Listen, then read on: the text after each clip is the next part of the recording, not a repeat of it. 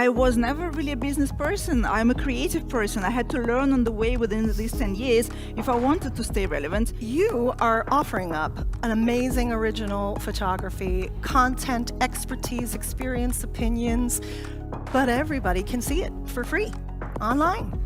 How do you make a living? Good question, right? This is what everyone wants to know. How do bloggers make a living? For me, what's important is to have jewelry lovers, this community of fans of jewelry. I reply to all the comments because for me, if someone wants to talk to me, I can't ignore that person because it's a relationship. For me, it's a relationship with either a person who advertises with me or with the audience. And I think this is also one of my favorite things about Instagram is to be able to connect with the world out there.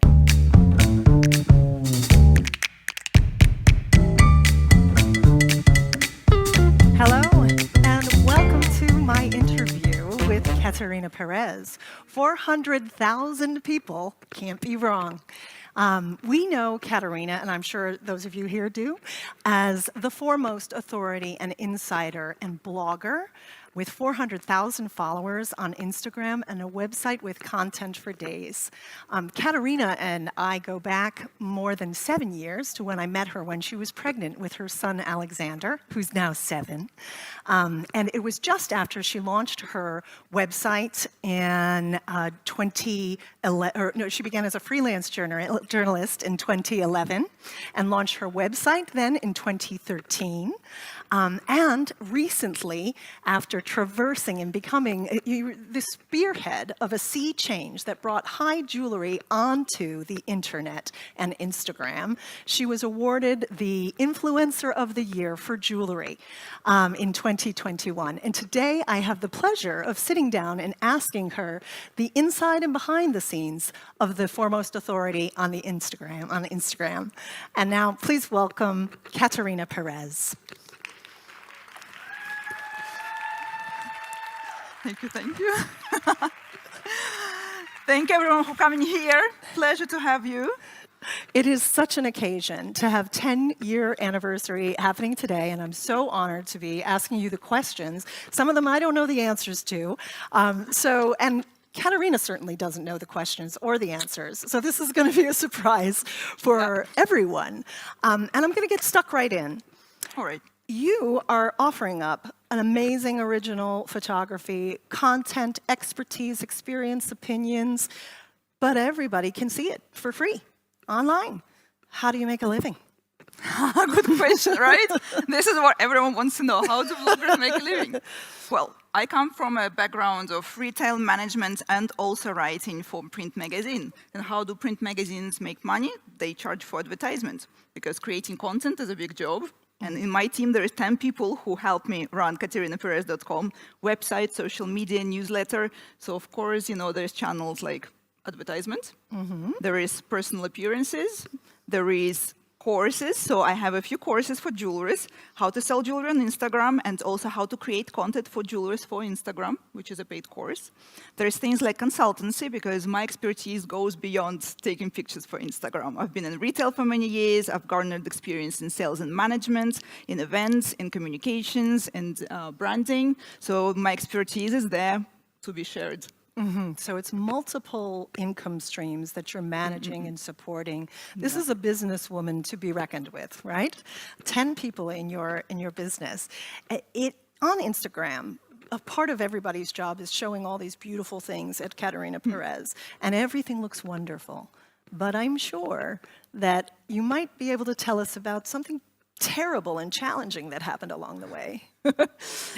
Well, I guess one big thing that was challenging that happened on the way is becoming a mother. And I call what I've created my first baby because it really is a big part of me. I never really thought that I'll be some famous blogger. It was never the purpose. It was always about passion and to share this passion with everyone out there. So I think it was like 3 years after I started KaterinaPerez.com that I gave birth. And then, do we have any mothers here? Raise your hand if you're a parent. You know how life changes after you give birth, right? Like you suddenly have to manage so many things. So I guess this was one of the biggest challenges. But then challenges are always on the way because, frankly, in blogging, no one really tells you what to do and how to do things, especially not when I started 10 years ago. I call myself one of the dinosaurs, from of blogging because there was only 3 of us at the time. And you have to constantly learn and adapt and learn through trial and error, and you can never slow down because Instagram, everything online is so fast changing. The atmosphere we live in, the environment is so fast changing. Jewelry as an industry grows continuously. So if you slow down, if you stop developing yourself, developing your skills, trying new things, you're going to stay behind. So I guess the challenge is constant learning, growing. For me, I was never really a business person. I'm a creative person. I had to learn on the way within these 10 years if I wanted to stay relevant, if I wanted to make it a business, if I wanted to grow as a self-growth as personality, right? I had to learn things on the way. So this is what I've been doing for quite a few years, and this is what I always do. You know, there's so many things to learn out there. And finding time for all this. Yes, yes, as well as challenge. being a mother. Yeah. So something you said in there really sparked a thought, which is, were you an avid consumer on Instagram before you began? And was Instagram the beginning, or the website the beginning, or? So because I was writing for print before I started what I'm doing, I wanted to talk to everyone out there, so I started with the website.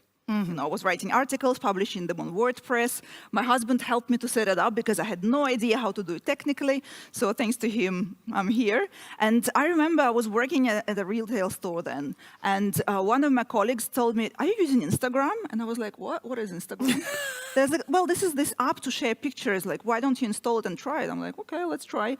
So now I have around 6,000 photos on my Instagram. So for the purpose of this talk, I went back for I don't know how many hours scrolling back to see what are the first pictures I posted.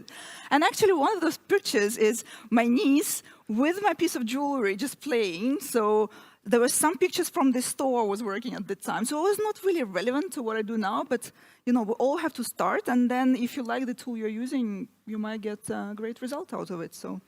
You know, there's a picture that I'd love to show. Okay. If I may. This is very, very fun. Okay, let's see if we can move forward one. This is the answer to when people ask me, where does the love for jewelry come from? I was born with this. On one side, there is me and my mom. Look how I'm grabbing her necklace. So since then, maybe I'm 1 year old. In the second one, I'm 3 years old. And this is my grandmother's jewelry. And actually, this was my favorite thing to do, is to raid her jewelry box, try her jewelry on. And you know, in the kid's eye, it's true marvel. Because this is not this is not precious jewelry. This is some fashion pieces. And it's nothing special. But in the kid's eye, this is true treasure because it sparkles, because it has different colors, especially when you try it on, you can see different dimensions, you can really feel the jewelry. And what do I do now? I'm doing what I've probably meant to do, you know, somehow through the years, I came back to what was there for me from the beginning.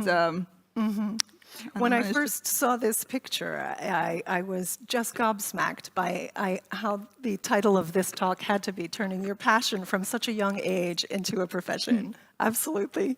Now, a day at the office to many people means rocking up to a desk, sitting down, pushing keys all day and leaving.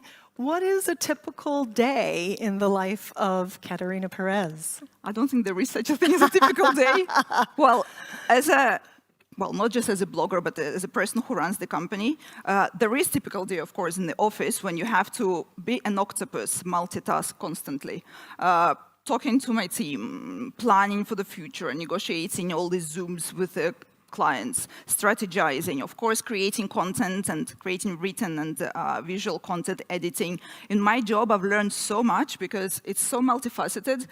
From sales, I came to be a writer, photographer, editor, both in language and also in editing photos, strategizing, even things like how do you increase your productivity and what tools you can use there for business to make your workflows faster and smoother. And there's so much out there. So, but for me, the work day in the office is calls, Zooms, computer work, emails, not so much different from everyone else.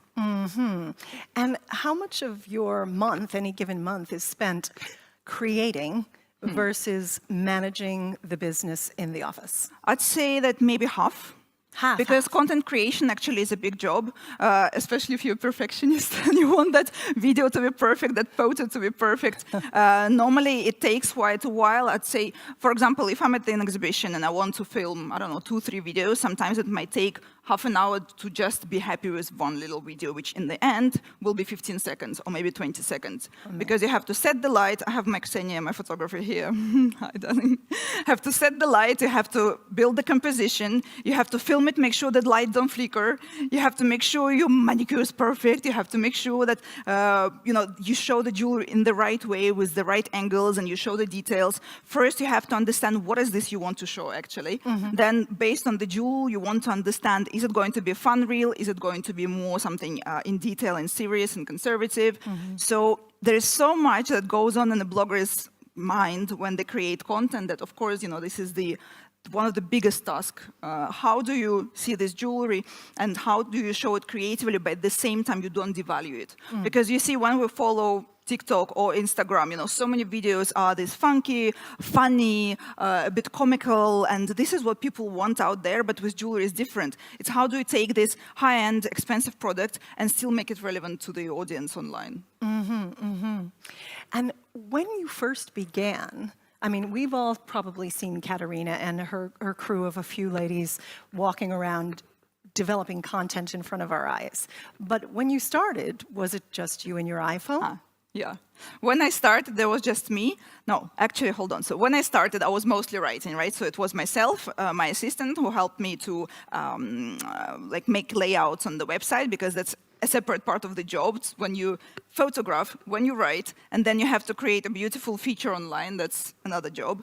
And I had a translator, because my website used to be bilingual. So now it's only in English. So at that time, I was on my own, and I was learning how do I take photos, how do I use Instagram, how do I interact with the audience. Social media was very different then. Consuming information online was very different then. It was much easier, actually. Because before, I don't know, guys, who's been using Instagram for 5-7 years? Raise your hand. Remember, there was picture, comment, and DM. That's it. Then there is carousel of pictures appeared, then there was stories, then there's reels, and now those who use Instagram, it's like one up, but actually it's 5 in 1. So it's a different job. So yeah, I was on my own. I was trying to find my feet. I was trying to understand what is this the audience wants to see, because for me, it's not just about what I like. It's also I want to bring something that excites you guys. And how do you even do this? Because I had to improve my skill. I had to invest, and I constantly invest in equipment. And I try to learn what is this out there to have better sound in the video, to have better picture, to have better sharpness. What is this apps you can use to create an interesting effect in reel or something like this, because this is what the audience wants. And then at some point, did you switch to using professional photographers only? So I've met my photographer. Yes, I've been using a professional photographer for about 7 years. And I've met him from a friend who is a jeweler. And when I saw the quality of picture you can get with a professional photographer, I'm like, right, that's it. Because when you show fine jewelry online or high jewelry online, it has value. You understand how many hours and days and months and years sometimes to create a piece of jewelry. So when we talk about precious jewelry, I just don't feel it's enough to take a quick iPhone picture. I wanted the quality, and I think it's also in my blood. I'm a very quality-driven person, and I like when things are beautiful and elegantly offered there online. So I worked with the photographer then, and I still work with the professional photographer, but I also learned how to do it myself. Because sometimes I have my own vision, and I think this is what also attracts the audience that I have, is that I have my own vision. I have my own way to take pictures or videos, and this is also speaks to people, maybe the way, I don't know, I move my hands, or maybe the way I dress to match the jewel, or maybe it's the pace of speed as well. I hear a lot that people say nowadays, because reels are so fast, you can't see the details of the jewel, but you still manage to somehow slow it down, and we can see the beauty of the piece. So it's kind of things. Hi, Elle Hill here. Do you want to learn how to get on the phone with any buyer that you want to work with without an introduction or a referral? Click to get them downloadable that we've made for you that you can start using right away and will be really useful for your business and growing your revenue. So to recap, you have the website, you begin using Instagram as well. When was the moment when was there one moment, or was it gradual, when you went, oh my, this is really skyrocketing? I think what I like in life when things grow, but slowly and steadily. I don't think there wasn't a time when there was a big jump. Frankly, before, 7 years ago, there was a different pace of growth on Instagram. You know, you would get, I remember the times when there was 500 followers a day. This is the pace of the growth was then. Oh my God. Because at some point, I think 2000, when Facebook bought Instagram, right, the algorithm have changed. And suddenly in the Explore section, you can see not just the most popular accounts, but you would see accounts which are relevant to you. And suddenly imagine all these jewelry lovers, thanks to this algorithm, discovered that I exist. And of course, you know, the pace of growth was immense. Now it's not comparable at all. It's completely different. But I think maybe, yeah, that time, what is it, 2012, 13? I don't remember when Facebook bought Instagram, but yeah, at that time. And then the pace of growth then would slow because of the new... It slowed down now, but still growth is steady. And for me, this is the most important thing. Like, I'm not driven by numbers. I'm driven by the quality of my audience. And I always say that for me, what's important is to have jewelry lovers, this community of fans of jewelry who I want to talk about all things precious. And I don't feel weird because I always talk about jewelry. And I go beyond that. I reply to all the comments because for me, if someone wants to talk to me, I can't ignore that person. You know, I have to say hi or emoji or something else to show appreciation. Thank you for interacting. And yeah, it's important to exchange the good energy and to share this passion. Mm-hmm. So did I hear that correctly? You still respond to all the comments yourself? Pretty much. So if it's an emoji, so again, coming back to the pace of work, coming back to being a businesswoman, a mother, and a very busy person, I reply to all the comments apart from emoji, okay? For that, I do not have time. But all meaningful comments, all the DMs, because it's such a personal journey. Like, I have a team who also helps to manage Instagram, but mostly on more kind of operational side, planning, making sure that posts come out on time. But when it comes to talk to my audience, like, it has to be me. It has to be. Because it's a relationship. For me, it's a relationship with either a person who advertises with me, or with the audience, or just with somebody who comes for advice. And I think this is also one of my favorite things about Instagram, is to be able to connect with the world out there. Mm-hmm. Because this is what it came from. This is where it started. I wanted to talk about jewelry, and I wanted to educate about jewelry, the whole world. Mm-hmm. And I achieved that, and I can't give this up. My mission is to spread the word about jewelry, to inspire women to wear jewelry, to make them fall in love with jewelry, understand it, and like myself, enjoy every day, not to wait for a special occasion to wear it. Mm-hmm, mm-hmm. So, now, in that answer, you mentioned that the numbers are not important. The mission to have everyone understand that jewelry is an art, not just a piece to express yourself, but a work of art that you can fall in love with. But is there an aspect of your business or a person on your team that is watching those numbers, those analytics? Of course. Now, guys, I mean, if you run the business, you know that numbers is everything, right? You have to understand how your business grows. You have to understand, in my case, what kind of post gets more likes and why, because I try to analyze what content I create and what kind of response it gets, because this is how I understand what you guys like more. And maybe there is the speed of the video, which worked really well, or maybe the colors or the light or the composition. And after analyzing this all, actually one thing, we have like a yearly big meeting, and we realized that nowadays on Instagram, the majority of top posts are the ones with the plain background, which I didn't realize until I've done that analytics. So I have somebody in my team who does the analytical work for Instagram and for the website. Got it. So you're listening to the numbers, but you're not obsessing over them personally. You're focused on the mission. Yeah, in terms of numbers, I mean, for me, it doesn't matter how many followers I have. It's important that they're quality ones. So throughout my work, it was always, there was a trend before, okay, when you buy followers because you want to impress everybody. And I never did that because it wasn't the goal, right? Why would I have, I don't know, 1 million, 2 million, 3 million followers when it's just a number, when they don't talk to me, when they don't share my passion, when they don't come to this talk, when they don't tell me, oh, Katerina, thank you for all your work. Thanks to you, we started doing a gemology course or a design course, or they want to consult with me and then I can help someone build a brand. You know, this is what I need. This is the joy of work, not just say, oh, I have so many followers. Right. Yeah. And so after it started taking off and you were doing all of these jobs yourself, bit by bit, you brought in professionals to do certain aspects of the job, I understand. Yes. But when you were doing it all, or even now, what was your favorite part of it? Like, did you love editing the photos, or did you just love talking to the followers? What's your favorite part? To be honest, everything. And this is, because this is such a personal journey and all these things I adore. For me, I think one of the biggest struggles in my work was how do I let it go and make my team take the work off my hands? Because I love writing. Okay, so it all started with writing because I love to write about jewelry. And when I was working in retail, my clients used to tell me, we love your emails when you send us information about jewelry. And this is how I started writing, actually. So writing is a big joy. Photographing and thinking of ideas and editing, because then you see the result and how you can work with the photo or with the video. Engaging with the audience, talking about jewelry, thinking of different ways of communicating about jewelry, but also business. You know, for me, building a business is a very interesting part because, again, this is not something I was taught to do or I learned step by trial and error. And to try something and to see the result, this is very rewarding. Okay, so everything is what you like. What's the most important part of what you do personally in the team of 10? Nowadays, I think it's being the creative visionary, coming up with the ideas, curating everything, being the face of what I do.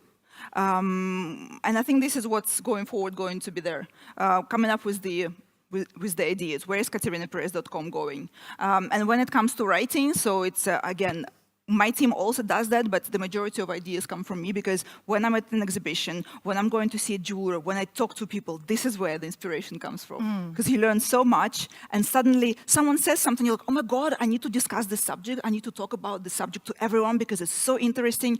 Everyone needs to know that. So, yeah, I think still creativity is my favorite part. Okay. And talk to me a little bit about the courses. You have courses. What is it that you're teaching? Are you teaching people how to be Katerina Perez, or what are you teaching people? Talk to me a bit about the courses. Okay. Well, actually, it's relevant because the next course is coming up soon. So, remember everyone this horrible time, COVID, right, when it hits. And everyone is at home and we're like, what do we do now? We can't travel to exhibitions. No trade shows to go to. People came to me and said, you'll be fine because you're online, so everyone will want to advertise. But actually, no.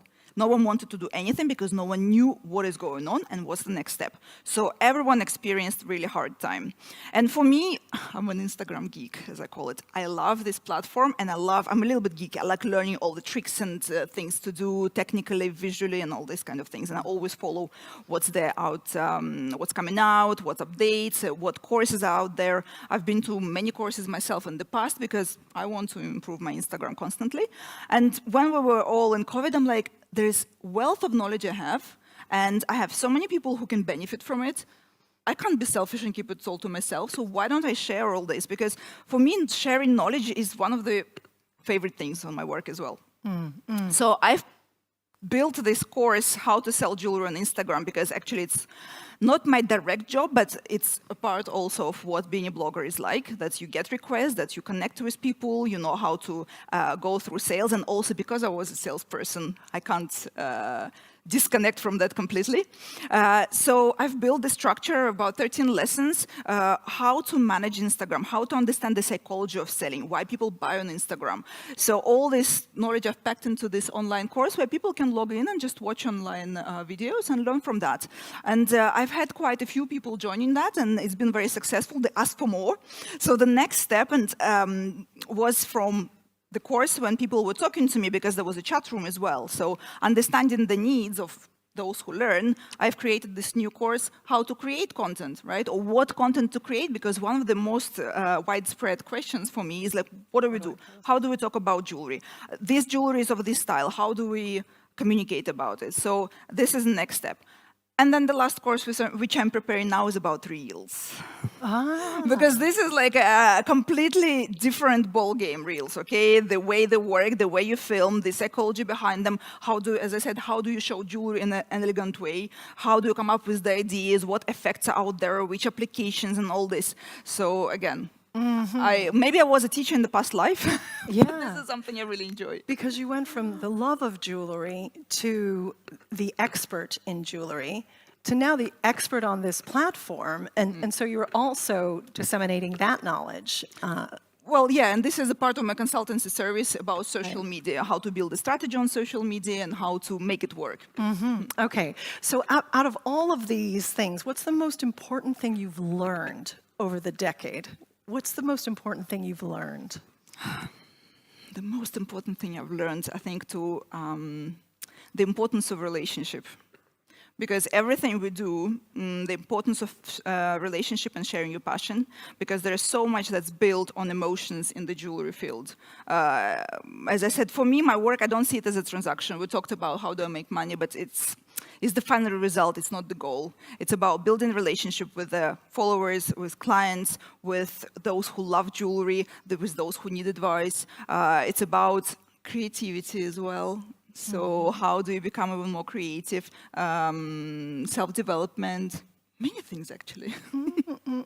So money is the reward, not the goal. Yeah, exactly. It's like I say, when you do something well, people want to support you. You know, I don't really like to talk about collaboration the first time I meet a person or a brand. For me, it's to get to know them, to understand them, and then we like each other, I like their designs, they like the way I talk about jewelry, and then they come and say, "Oh, can we work together?" So. Okay, I see. So have you see all these beautiful collections, these beautiful stones, these beautiful components. Have you ever thought, I want to design a jewelry collection? Do you know what? This is one of the most asked questions. Like, Really? when are you going I thought to I was design? so unique with this question. But frankly, I don't think it's my place. You see, I love writing, I love photographing, I love creating, coming up with the ideas, but design, so part of the things also I do, if a designer comes to me with a ready collection, I can help to fine-tune it. Because obviously my view on jewelry is very global. I've visited so many exhibitions, I've met so many people, I instantly can see, oh, does it look similar to someone else's? Is it gonna fit certain market? So from a consultancy perspective, I do that.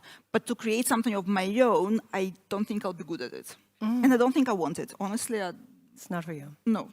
Sorry. Have you ever worked with a designer to custom design a piece from a vision that you have, or just for yourself, or something to satisfy? For friends and family, I've done some designs because they're like, oh, we want something from you. But as I said, I don't think I'll be a designer. Got it, got it.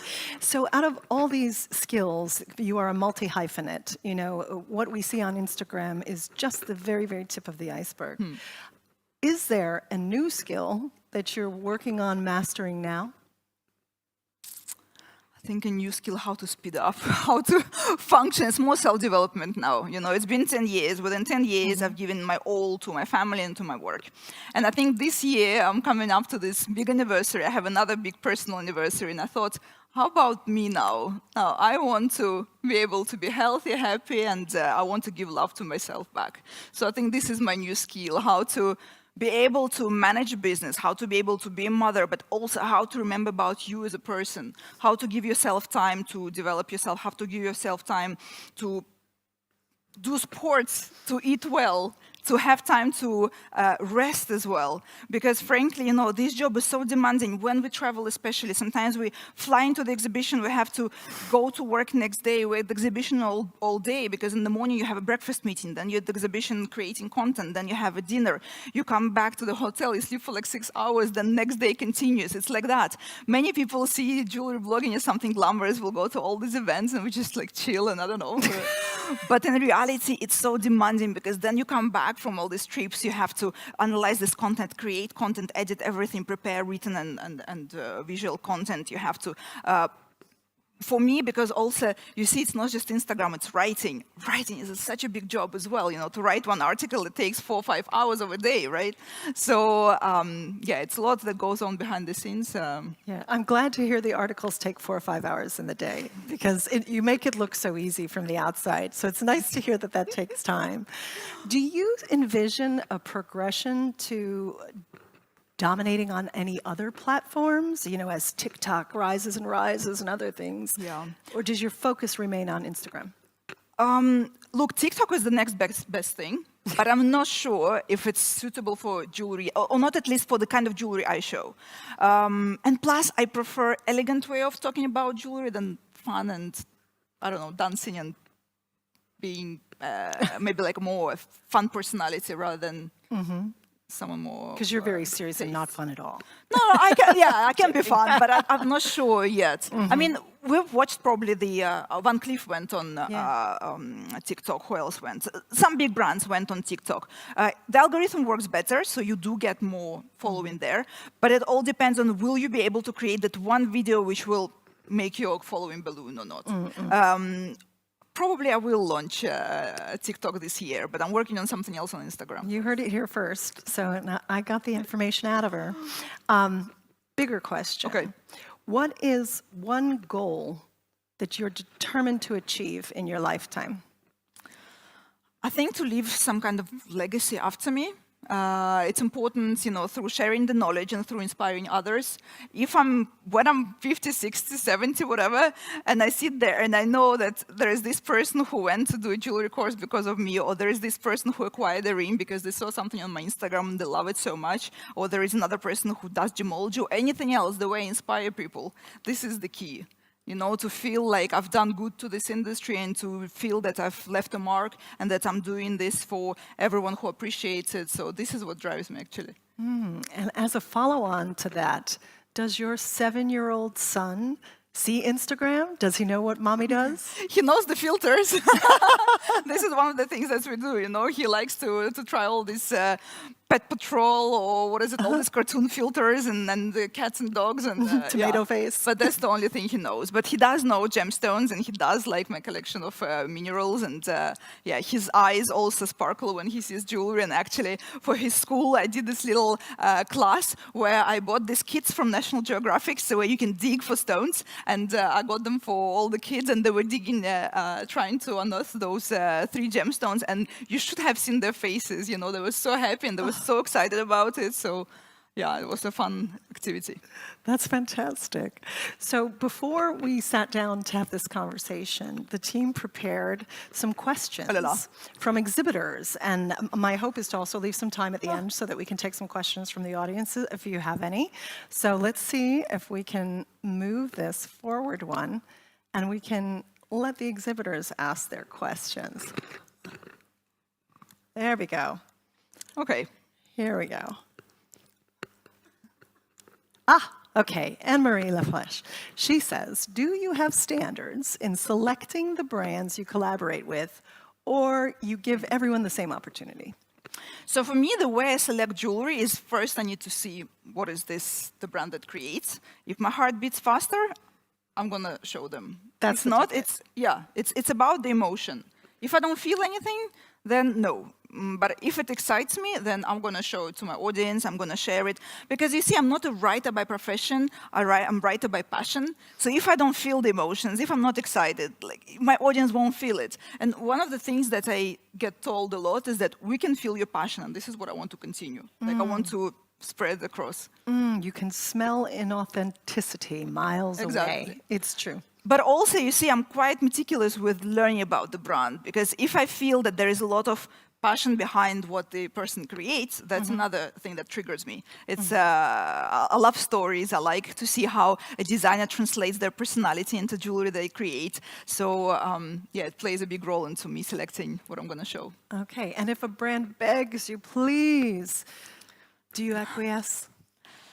I'm honest, I'm being Russian, I'm very direct and honest. If it doesn't suit what I do, because I do get approached, of course, by companies who create silver, more commercial designs, but I just know that my audience will not respond to this, and I don't feel passionate about this, and I'm just going to say it, I'm really sorry, it's not really what my audience would like, and I would love to work with you, but why would I want to post something which I know will not work for my audience, will not give you any results?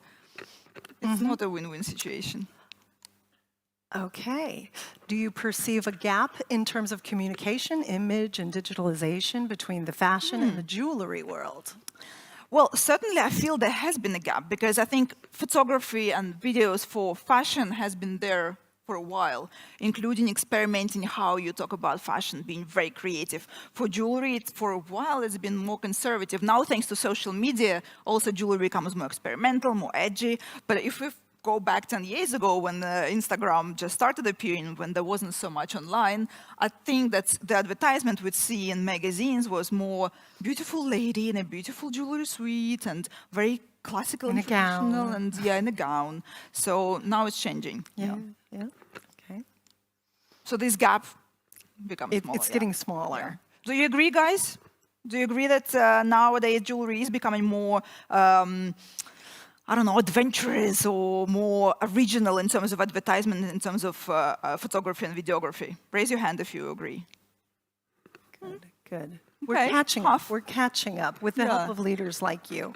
Was there a time that you almost gave up? Was there ever a doubt in your mind? And how afraid are you to lose the status that you have, which is quite formidable? Yeah. Well, you know about my time of almost giving up. Okay.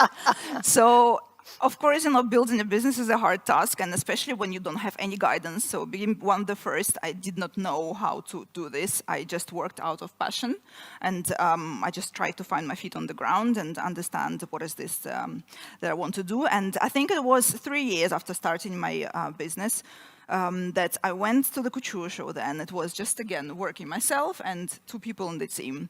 And I was so overworked and I was so exhausted. And I'm like, coming back from the show, I couldn't write anymore. So, have you guys ever had burnout? I think I had that burnout then, 3 years ago. And I understood that it's either I'm going to give it up because I can't do this anymore, or I'm going to find help. I'm going to get someone on board, more people in my team, because there was no other way around. But just as a bit of a background, so nowadays blogging is very known profession, right? So when a new person comes to the blog, they want to charge, brands for advertisement. At my time, it wasn't the case. Blogging was a recreational purpose. You just do it at your free time. So for the first 2 years, I was working in retail to be able to sponsor my passion, okay? And by proving that I'm worth something, by doing this job with heart and soul and skill as well, I've managed to achieve a level when I went freelance, when I stopped working in retail, brands said, actually, yes, we would like to support you because we like what you do. And this is how I managed to pull through, and this is how I managed to have some kind of budget to be able to live a daily life. Now, at that time, I just literally started for 8 months doing this, and of course, I had a little bit in the kitty, but not much. And I knew, so it's either I have to take this decision and come to Elle, who is the business advisor. She's super skilled. She's one of the most intelligent women I met in my life. It's either I come to her and I ask her for business advice, because I'm a creative person. I had no clue. At that time, I had no clue how to do business. And you saved my business. Oh, stop. No, honestly, at that time, you consulted me. You gave me the tools. And one of the most important things you told me, actually, you do work more than everyone else, but you charge only half of everyone else. And at that time, I was charging like nothing. Not enough. Yeah, not that I charge millions now, come on, No. I'm very fair with what I ask brands to sponsor me. But at that time, I put my prices double. I haven't lost a single client. I was shocked, but actually, it was a good proof that I'm doing something right. And thanks to that, I was able to hire someone in my team, and I had a first full-time employee who actually gave me opportunity to not have another burnout, to work with the right pace, to be able to manage it all, and eventually to have a baby as well. It can be challenging to charge your worth. I think everybody's probably been through that at some point, even in a negotiation with an employer. It's a challenging thing. So congratulations on that. You have so many. Did I click it forward and miss a question? No, I think this is next Okay. one. In a market oversaturated with endless influencers now, I mean, they have all, I think there were only 3 of you when you started, because I used you when I owned a retail shop because you were the best, and you still are. Now it's saturated. How do you manage to stay relevant? This kind of is the second half of the last question. You are at the pinnacle. You are at the spearhead. How do you manage to stay there? Do you even think about that? Or are you just very focused on the North Star, the mission of your business? I think for me, what drives me is the mission. To show jewelry to the world out there and to inspire women to wear jewelry. But also, I think for me, it's the way of express my creativity. And I think in terms of creativity, I'm probably the only crazy one to do the editorial shoots, to mix different media in one. For example, illustration and jewelry, creative photography and jewelry, even fashion and jewelry. I'm wearing this dress from Makova, a jewelry designer who also branched into clothes. So this is different pearls here. So you have to be yourself, and like here, how do you stay relevant, or how do you maybe stand out from others? You have to be you.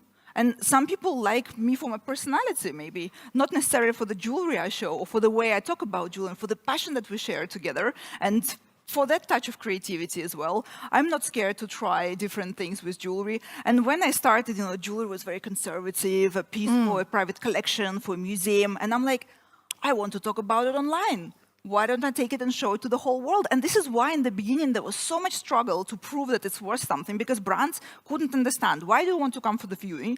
And why do you want to show this jewelry on Instagram? What is Instagram? And write about it online? That was a big question. For 2 years I had to prove that it's worth it. And I was too early for my time, to show that it means something. But actually this persistence, and if it wasn't for passion, I wouldn't be there, right? With the burnout, with all the obstacles I had to face.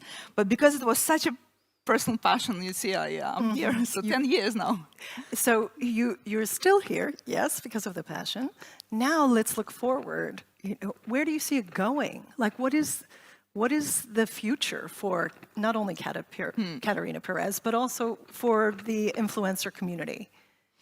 Good question. I haven't brought my crystal ball with me, so it's very difficult to say what's going to be in the future. But I think there must be some new platforms coming out for communication soon, because it's not just me. It's a lot of us who are really suffering from Instagram algorithm, which is not performing so well. There's lots of us looking for new ways to communicate with our clients, and we're finding those ways. There is lots of sales happening now on Zoom, WhatsApp, and so on, and I think people are hungry for what's next. But I think if we talk about next year, I think I can do this for the next 10 years. But also, I think I would love to go more into education, because again, building all the knowledge has to have a purpose, and not just for me, but for everyone out there. So the more I can share it through talks, through my lessons, through one-to-one consultations, the more I feel like I've achieved, I have a purpose here and I've achieved it. Okay, let's see. I think there may be. The changes in the field of social media are very fast-moving. How do you deal with this, and how do you see the world of social media in 5 years? Frankly, I don't think it will change drastically, because I think we're all trying to constantly catch up with what's happening on Instagram, on TikTok, and so on, and we're not always succeeding in this. So I think next 5 years will be dedicated still to these two platforms. And plus, they're so visual that jewelry is a very, very visual product, so they're the best now. But how to stay relevant? I think it's to, again, constantly educate yourself, to see what's trending, to try ways that Instagram or other social media offers you to work with this, to see what others are doing, and not necessarily in jewelry field, but also to stay updated on. Maybe you have like favorite bloggers, or not bloggers, or brands from fashion or from beauty, and you see how they manage their Instagram. One of the most important things, not just now, but actually on social media, is to have personal brand too. I think this is one of the reasons why I'm here, and I've done this for 10 years, and why I have this wonderful audience here, is because I've put my name on this. This is my personal journey, and I put myself out there. I didn't call it a jewelry blog. People know who's behind this, and appreciate the knowledge and the expertise and the way I talk about jewelry. So if you want to stay relevant on social media, you have to show yourself. People want to connect with other people. If we talk about brands, people want to buy from other people. People want to see expertise of another person, not a soulless account. So this is not so strong on social media anymore. I'm going to interject a question here. Do you think that is a challenge of the Maisons, for example, that it's not Suzanne Calan or the designer who has their name on the product, but it's a big house? Does it make it challenging for them to have people align with them? Yes and no, because if it's a big brand with the name, lots of people would want to own the jewelry of that brand because of its status symbol. It's not going to be an emotional purchase. Probably it will be more like I belong to the club of this, Cartier love bracelets or something like this. So for big brands that don't really, not that they don't really work so much on their faces behind the company, but it's fine for them. But if you're a smaller designer, if you're a smaller brand, it will be very beneficial if you have some kind of personality behind it. And if you're too shy, or if you, for some security reasons, you don't want to show yourself, you can share some pictures where, I don't know, you show your hands when you select diamonds or gemstones, or you can show another person who is important to this brand, maybe a brand ambassador, maybe a celebrity, maybe it's friends of the brand. Why not? But there has to be a face of somebody. People do business with people, right? Exactly. Let's see, I think there might be one more. Actually, I'm going to ask you guys, do you feel more connected with Instagram accounts which have a personality behind it? That's a majority. Still half, yeah. I'd Yeah. say. Well, more than half. There's a few over there. Okay, when you first started your business, what was it that captured your attention in a brand that made you say, this is a brand I need to work with? I think Oh, you it's always touched been the upon same. this. It's always It's been the the heartbeat. same. I don't think it will ever change. Okay. The website has so much on here. Maria says, why is it important for you to create great content on the website too when you have 400,000 people on Instagram? Actually, hold on. You're talking about this. I want to go back to the previous. Oh, go, question go, go. still. Okay. Because emotions, of course, is the first trigger. But also, I get asked this a lot, so I want to answer this. How do you Go, select go, go. jewelry, right? It's about artistry, the originality of the idea. It's about craftsmanship, because I'm the one who will scrutinize that piece of jewelry from the back and front and all the angles. It's about harmony in the design. If we're looking about the butterfly, I want the wings to be in proportion with the body and so on. I look at colors. I like it when colors go together. I want sometimes contrast. I like it when the jewelry has some unusual techniques, because this is what's very intriguing to see how you can use, I don't know, titanium, aluminum, or copper or other unusual materials in the design. And again, how does the designer express themselves through jewelry? Got it. So I want to see a bit of their soul and what they create. Okay. Did we already? Yeah, so that was about the website, right? Yep. Why do I want to have a website? When you have 400,000 followers on Yeah. Instagram. Why the website? Because the audience is different and because I love writing. So I feel that those who want to learn about jewelry, they cannot learn enough from Instagram because it doesn't allow for really detailed explanation or description of a jewelry. For me, I love to talk about jewelry. I want to dig into details, and I know that there's lots of people out there who also feel the same way. These are two different platforms, and I connect with readers and Instagram followers in a different way. Got And I feel that also Instagram is a great tool, sorry, not Instagram, website, is a great tool to sell. I almost have like as many requests from articles as from Instagram page. That's very interesting. That's very interesting. Okay. And Roberto, you've been in the industry for 10 years. How can a jewelry brand approach and involve each generation? We know jewelry brings generations together, but how do you think about it on your own platform? I mean, is there such a thing as different generation for jewelry? I think jewelry is for everybody, but I think to show appeal to a different generation, you do a campaign in a different way, right? More mature consumer is not going to like all the TikTok style accounts or content, and vice versa. Younger audience like something colorful, funky, interesting that appeals to them. So it's all about understanding your target audience and what they like, what their preferences are, where do they go, where do they live, what drives them, and then try to reflect in the campaign their tastes and their lifestyle. That ties back into the last question. You must speak to your audience where they're listening. Yeah. And then you must speak to them in a way that they will continue to listen and can hear you. You speak to your son differently than you speak to your husband, right? So you speak to Instagram different than you speak to your website audience. Guys, start thinking of your questions because I think we have like You're one next. left. You're next. We have 5 minutes, 6 minutes, 6 minutes. Okay. Okay. 10 years, nobody would have guessed that this was going to be the case today. So what was your vision back then? Did you think you would just quietly type and no one would really show up? Frankly, I didn't have a vision. I just did what I was passionate about. I just wanted this because I enjoyed it so much. If you asked me 10 years ago, did you think you'd be sitting on this stage? No.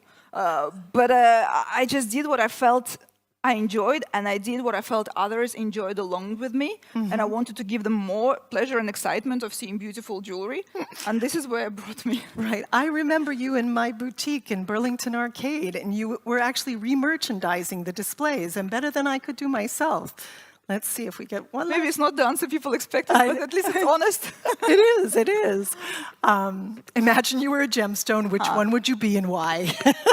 Well, I wouldn't name any specific gemstone, but when it comes to gems, I like rare species. So if we talk about topaz, I would gravitate towards imperial topaz. If we talk about tourmalines, I go for Paraiba. I love ruby lights. Okay, let's say ruby light, because if you follow my Instagram, you see I love red color. You do. Right? And my audience loves big ruby lights. This is what I learned from my analytics. So let's say ruby light. Let's say ruby light. Okay, let me see if there's one more of these.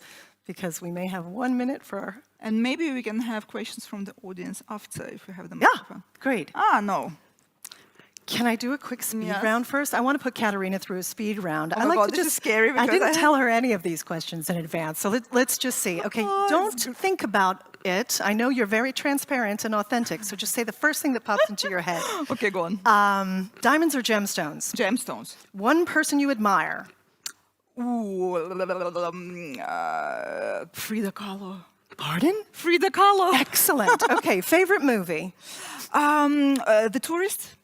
Most used app on your iPhone after Instagram? VN. This is for reals, guys. Pardon? It's called for reals. VN, for reals, yeah. That's a tip for all the reel makers. Ask her about it. Silver or gold? Sorry? Silver or gold? Oh, gold. Platinum. Favorite smell? Ooh, mimosa. Profession that you would do other than your own? I'd design handbags. Favorite word? Words. Passion. Woo. Describe the rest of your life in 5 words. Adventure, passion, exploring different cultures. Explore. Yeah, 2 more words. build, and create. Nice, nice. Now, I hope you've had enough time to create the questions that you would like to ask If there's Katerina, any. if there are any. I see a lovely question in the back. Okay, I'm going to say it one more time. Yeah. First of all, Katerina, thank you very much for telling your story and telling your story about passion and with so much love. So when we follow you and you show all these beautiful pieces and you write about it, it tells exactly the beauty, and jewelry is about art. Now, if we look at all the information, millennials, Gen Z, the alpha generation, we say they're very much conscious about the responsibility behind the brand and the story. And my question to you as an expert is, how do you believe in the coming decade the role of social media will play in telling that narrative on responsibility, or is that absolutely not even part of the story in the storytelling? Social media is a great communication tool, right? And we see it in the way bloggers manage to help with the popularization of jewelry. So I think this is a very good question, because this is one of the important parts of the bloggers' work, to educate, and this is the subject which is being talked a lot about. And the more us, bloggers, talk about it, the more consumer asks about it. So I think this is the goal for the next 10 years. There is one project which I'm working on, which you'll know in the future, which is related to this. And I think this is something, again, to set the mark, to start a more open conversation about it. The reason why I think bloggers is still staying away from it is because it's not my opinion, it's the opinion from people who I talk from the trade, that there is not yet very specific definitions of many terms, like traceability and transparency and all the important terms. So when they're really defined, I think there will be more talk about it. It just, you see, we also have to be careful of what we channel to everyone out there, because one wrong word and we'll be to blame when we don't mean bad. Right, So, right.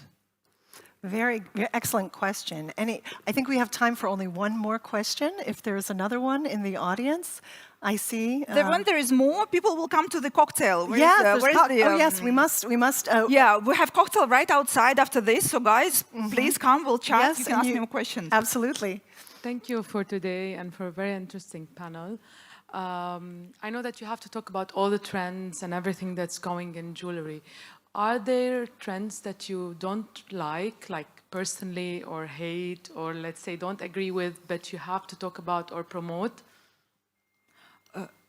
All the brands? Sorry. Trends. Trends that I don't That you like. don't like. No, frankly, I'm the person who I would talk about things I enjoy. So if there's something I don't like, I just don't cover it. What is one trend that you didn't like, let's say? I think it's when you start. So no, actually no. This is the trend I did talk about. So I saw it at the red carpet. Cynthia Onrivo, I think this is the name of the actress. Sorry if I mispronounce. She wore completely mismatched ring on each of her finger. And for me, it was a cool stunt for the red carpet. But I like elegance, so, and she didn't wear it on one occasion. I think she wore it like 3 or 4 times. And then I started stalking different celebrities on Instagram and saw that they also do this. And I actually wrote the only maybe article where I criticized, saying that, guys, this is not tasteful when you put completely unmatched different rings on your fingers. Thank you.